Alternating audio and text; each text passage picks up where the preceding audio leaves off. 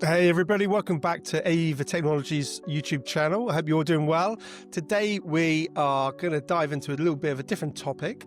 Usually we keep on AI news and things like that, but this is a tech show, so we do cross over into other sectors a little bit. Listen, before we dive into it, make sure you give us a like, subscribe. Really appreciate the support. And Will, what's the topic of discussion today? What news article did I can't get my words out, grabbed you? Indeed. Every morning we scroll through quite a few news articles. Over the day we might have heard of something or, seen it online, or sometimes we haven't, and in which case we go search. And this is one of those headlines. We're looking for something AI related because that's what we primarily like to talk about. But this one grabbed my eye, and it grabbed my eye because it's a topic that I'm interested in, and I know that Ben is very interested in it and has been for a lot longer than I have as well. So I thought this would be an interesting one to talk about. Again, I think as we do more of these, I was saying to Ben before we hit record, one of the things that I think is coming out in the wash a little bit with these videos is that the article tends to be, unless it's a humongous piece of news, the article seems to be a bit of a segue into a wider topic, and I think this one is going to be no less. I mean, this one is so short that I'm going to read. I'll try and read the majority of it to you, and it's titled "Stripe enlists a who's who, including Anthropic, OpenAI, and Paradigm, to build a new blockchain." Yes, a brand new blockchain, not on top of anything else. A brand new blockchain. Stripe is funding a new blockchain company called Tempo. Co-founder CEO Patrick Collison announced on Thursday, Tempo is aimed at high-volume processing of stablecoins. That's an interesting detail. Coins that help reduce crypto's notorious volatility because they are pegged to a stable asset like the US dollar. That's not surprising, given that Stripe's acquired stablecoin company Bridge. So they've been making moves a little bit into the crypto market. What is surprising is the eye-popping list of companies Stripe has enlisted, including Anthropic, Coupang, Doucheba. I don't know how to pronounce it. A bank, DoorDash, Lead Bank, Mercury, Nubank, OpenAI, Revolut, Shopify, a bunch of companies. So if the blockchain works well, these design partners should be queued up to use it or offer it for everything from agentic payments to remittances. I'll stop reading there. I think this is a segue to a very interesting conversation. I mean, I've already got lots of things in my head to talk about, including the similarities to when Meta tried to do this back a long time ago with their Libra coin, to asking why is Stripe getting into the stablecoin market, to what this means for the wider crypto market. I think it's probably worth kicking it off with you, Ben. Obviously, you'll have some thoughts as well, and then I'll circle back to just briefly, I think it makes a lot of sense. I mean, ultimately, Stripe provide infrastructure for payments. So when you think of it in those simple terms, it makes sense for them to offer this type of infrastructure. The other thing is, it's the opportunity, isn't it? I was just quickly looking, and I think the market cap at the moment for stablecoins is something in the region of sort of $230 to $280 billion, and the potential opportunity is something like 3.7 trillion by 2030. So there is obviously a massive opportunity for anyone in the stablecoin space. I mean, we've seen with Tether, how profitable that business is. I mean, I think it's probably one of the most profitable businesses that's ever been created. They've probably got a headcount of, I don't know what the headcount is, but not a huge number, probably under 100 people. Maybe I'm completely way off there, but relatively low compared to the size of their operations and the size of their business. So there's a huge growth opportunity, huge amount of money that could be made. And from that perspective, I guess it makes complete sense. I mean, anyone with, who has that opportunity to get into stablecoins can see that, and they'll be, they want a share of that. I guess the question really moves on to what does it mean for the rest of us? What does it mean for the public? What does it mean for adoption? I think what's potentially sort of not spoken about as much is the CBDCs, centralized digital currencies, that there was all the talk of nation states introducing their own CBDCs. Of course, the EU is still looking to do that. America's not, and I think obviously the concern with CBDCs is centralization, government control, and all that type of thing. What we're not hearing so much is the chatter about these still centralized digital stablecoins having that type of control as well, because no doubt about it, that will be within that whole infrastructure. I'm certain of it. So I don't know, that's my sort of just a real brief overview and take on it. How about you, Will? It's an interesting one. I think as I said, there's several questions for me. The biggest one is, why is Stripe doing this? And there is, if you Google Tempo and you search around some of the media that's already been released, there's not a whole lot about it, other than there's this new blockchain coming with a huge roster of companies backing it. Even the article was 3 paragraphs, one paragraph just being a list of companies. So there's very little details. So the biggest question for me is why? Why is Stripe doing this? Money. I know, obviously, yeah, exactly. So what's the benefit for a user as well? That's another big question. Why should I use this Tempo blockchain over another probably more reputable stablecoin network like Tether on whatever blockchain you want to use, or USDC, which has an awful lot of backing with the federal government if you want something that's a little bit more compliant, if you like. I'm always quite crypto skeptical. I really love the technology, and I think that blockchain has a big place in the future. But I'm always quite skeptical about why do we need a stablecoin network from Stripe? That's my initial thought. Again, anytime it's sort of brought under centralization, it makes you just wonder why. Maybe I'm overly skeptical. No, I think it's right to be skeptical, to be honest with you, because anything centralized has an inherent risk. I mean, we talked about it the other day on one of the previous shows about, the future potentially should be decentralized crypto, DEXs, governance, all these types of things. And I think whenever you have a centralized entity, there's that inherent risk. Yeah, I mean, again, we don't know under the hood, really, who's funding it, why, ultimately why one suspects it's financial, but, are there other reasons? I noticed they're teaming up with Shopify. So again, anyone selling things using Shopify, every transaction will be able to be traced. In the UK, they're already talking about, tracking any side hustle that anyone has with, if you're selling, I can't remember the name of the website, but, you're selling your secondhand items on Vinted, or you make something small as a hobby, as a craft, that, they're going to go after you and track every single pound that you make.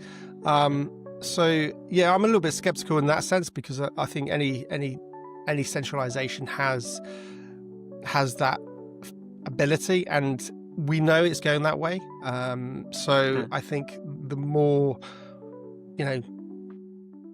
ecosystems that can be created which are decentralized, I think that's going to be the future. I wonder if there's for humanity, really.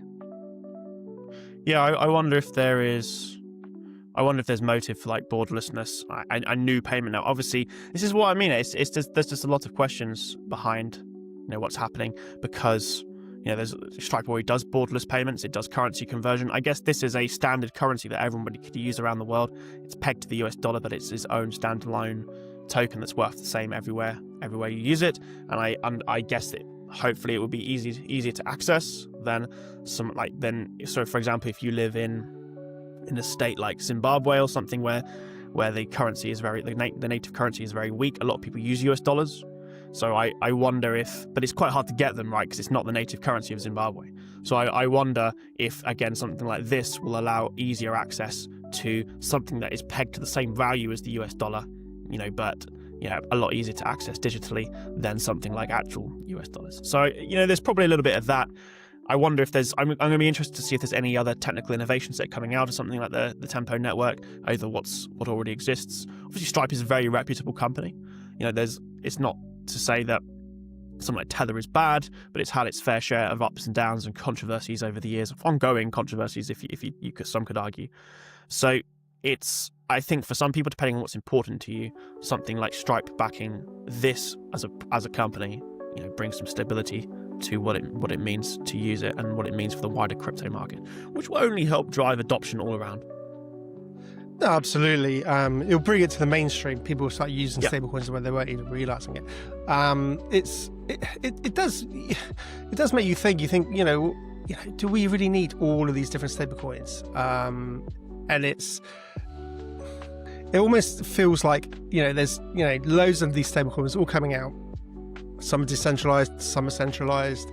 Again, within the Cardano ecosystem, there's a lot of decentralized stablecoins coming out. DJED, USDM, and I think there's a couple of others, IUSD maybe. But the way that they work is all slightly different. Some are pegged, some are synthetic, and some are fiat backed. So there's a lot of different ways that people are approaching it, and it just feels quite fragmented. Ultimately, when you look at it from the consumer's perspective, you think, well, ultimately, I just want to go and buy a product online, make it really easy. So that's, I don't really want to be thinking, do I use this one? Do I use this one? Which one do I trust? In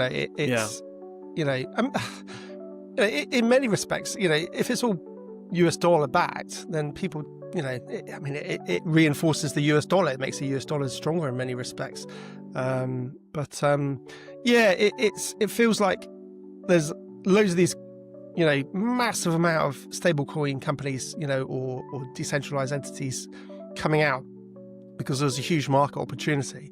But there's going to have to be a point where you think, well, there's going to be winners and there's going to be losers. Who's going to, who are going to be the chosen ones and who aren't. So from that perspective, I guess we'll have to just wait and see.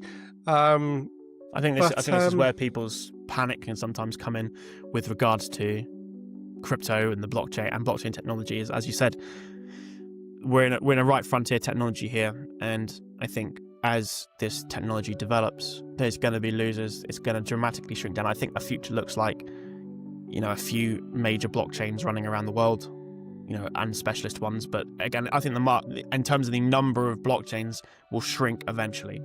And as you said, there's going to be losers in that. And that's worrying because it's not like this is just a company that will shut down. These are projects, these are companies that are holding a lot of money. And when you say there's going to be losers, a lot of those are going to be companies that are going to be exploding. And lots of loss of money, as there already has been with a bunch, were already shut down. And like Celsius Network being a big one. Obviously we had what was the Terra USD. Terra USD was another big one, and it was UST, wasn't it? It was Do Kwon from Terraform Labs.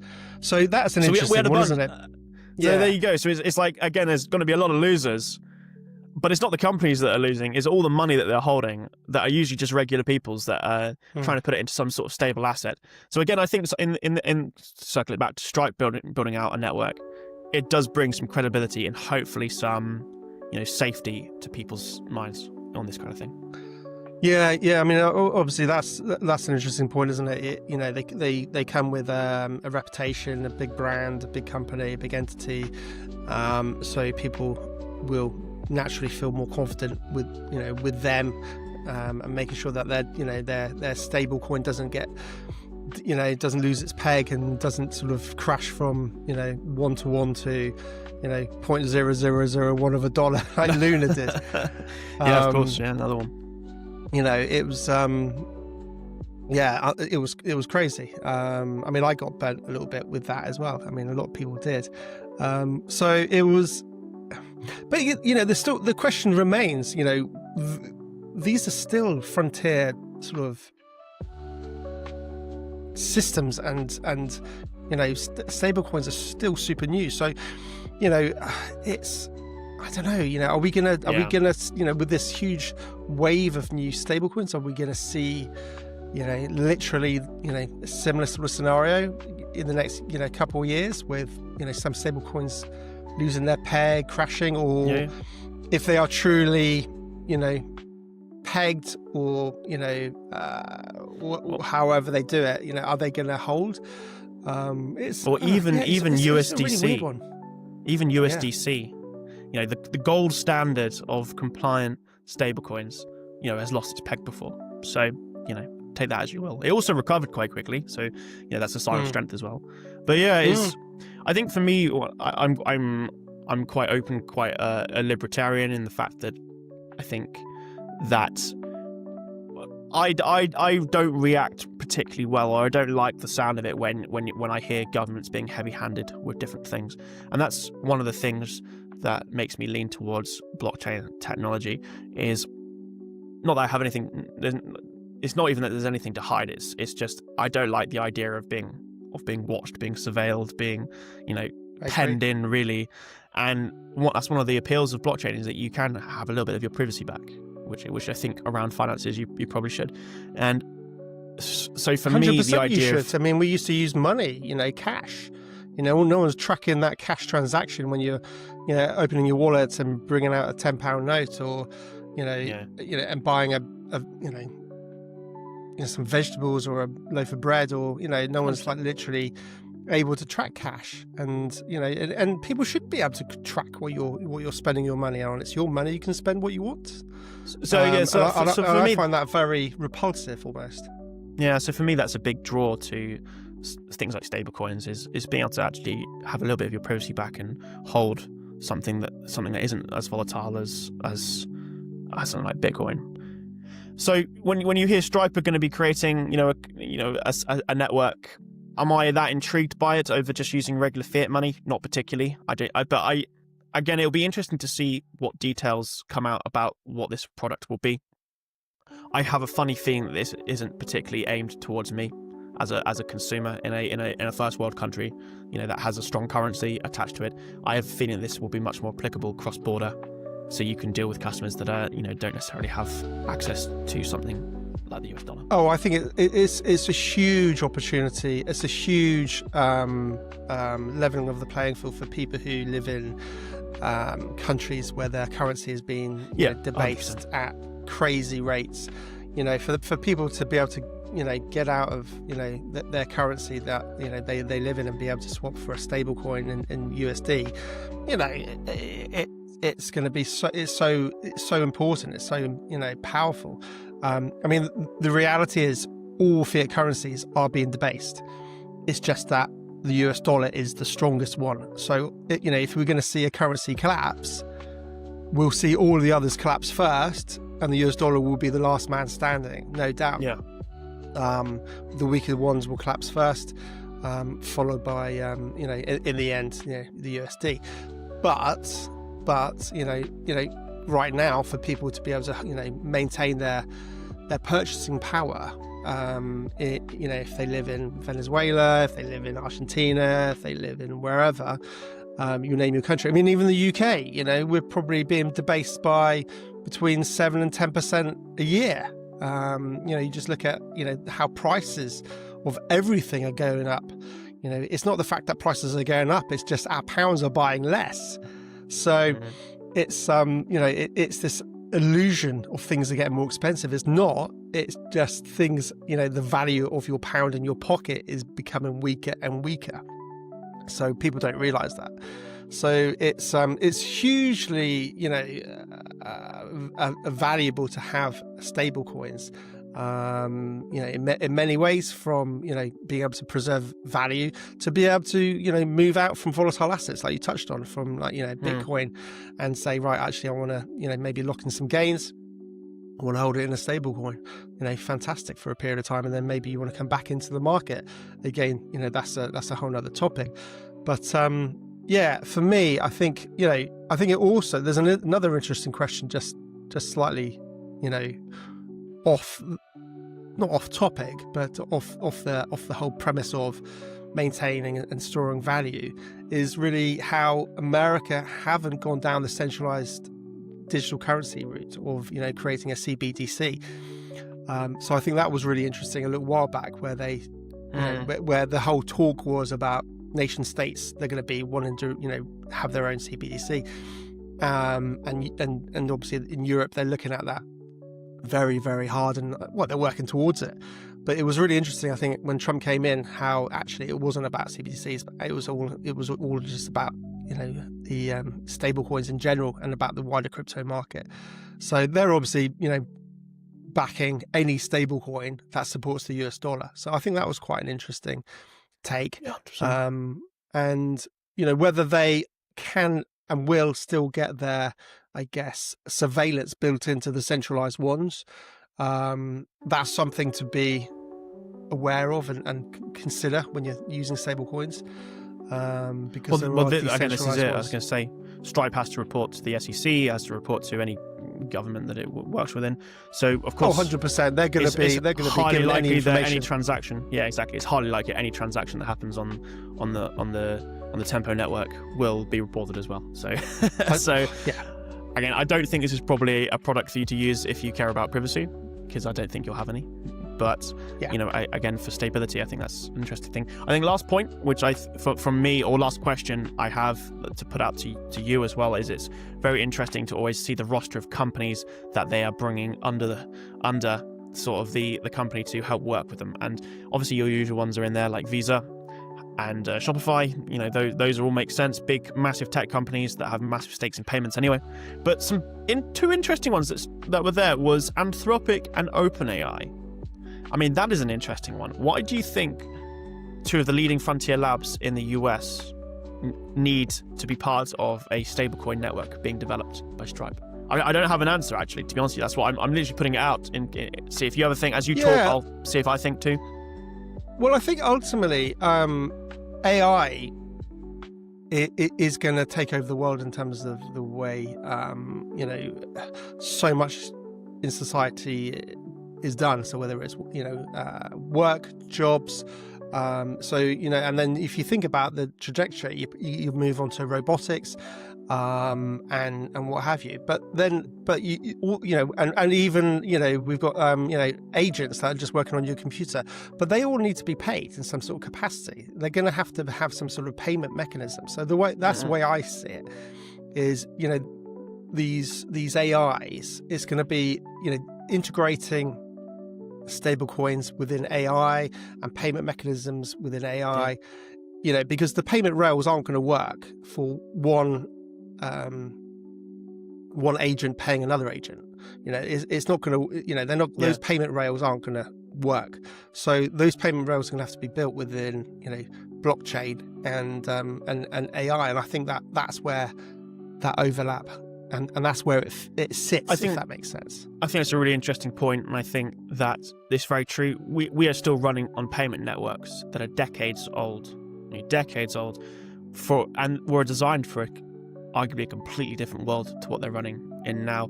I think a big part of what's happening here is there is a shift in recreating payment networks, new ones that suit the world of today, not the ones from 30 years ago, running through in the 90s and things. I think there's a big part of that, that's happening too, is we're moving away from old technology into the new technology. And absolutely, blockchain is an amazing technology for keeping track of and ledgering transactions. I mean, it's the best way to do it in the world. So sometimes maybe there is that attachment when you think cryptocurrency and blockchain. A lot of people think Bitcoin, privacy, anonymous, crime, whatever's been pegged to it over the last 10 years. And there is that attachment that blockchain doesn't necessarily mean what it did as well. Blockchain is a data store. It's a technology for ledgering information in an immutable way. It can be used for loads of things other than just currency. Anything where you need that sort of mutability in it. It's a data store. So it just so happens that you can use it to build new payment networks. It doesn't mean it has anything to do with what Bitcoin stands for or what Ethereum or any other of the traditional crypto market stands for. It doesn't have to have anything to do with it. It's just a really great technology for ledgering transactions. So I think, it's really easy to read into it. It might just be as simple as that. It can lead to a lot of speculation, can't it? No, absolutely, and I think for the audience who may be sort of a bit more new to the technology sector and the space. I mean, if you think about the transaction of value right now, I provide a service, say to you, and we have a financial transaction that is either through a bank or through cash. But if we have an AI agent that's providing value to another AI agent, built by somebody else, we're not then going to have we're not going to and those transactions multiple transactions could be happening in nanoseconds, with micro payments, because there's loads of transactions happening, whether it's calls on a database or whatever it is. Those two agents are going to have to just rely on paying each other within those a new rail system, as opposed to going, can you now, Ben, can you now contact Will because I've done all these transactions, and it's so inefficient, it doesn't make sense. So I think that's ultimately that's what it's about. I think that's why AI, ChatGPT, OpenAI, and all the rest of it, Anthropic are getting involved with it, because I think that's where payments are going to be going when you've got the agents, doing different tasks and what have you. So it's a future that I think a lot of people can't quite get their heads wrapped around. No, I agree. But I think that's what's going to happen. Value exchange is going to happen with agents, because if you think agents are going to replace what we do as work, so that's my take on it. I think that's pretty fundamental, actually. And again, if you didn't know, this is an opinion piece. Often we are reacting to this like live and talking through it as we found it maybe 15-20 minutes earlier sometimes. So literally we haven't had time to really digest it, if I'm honest. So I quite like this. I think we've covered the entire spectrum off the cuff a little bit. Yeah. Well, I think that's really we've chewed the fat and gone through quite a lot of different angles that you could look at this as a project. And I think the one that we've just ended up on, I think, is probably the most realistic, and also very interesting. It's very thought provoking on what kind of world we could live in, with that. So yeah, it's fascinating. Definitely. As always. Yes, absolutely, mate. Well, listen, let's wrap it up. Thanks, guys, for tuning in.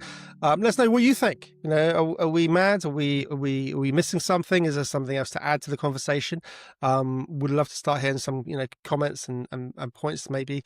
But otherwise, we'll catch up with you tomorrow and we'll pick out another news article that grabs our attention and brings, maybe back in the AI space, what's happening there. So for now, take care, guys, and we'll catch up with you soon. Thanks for watching.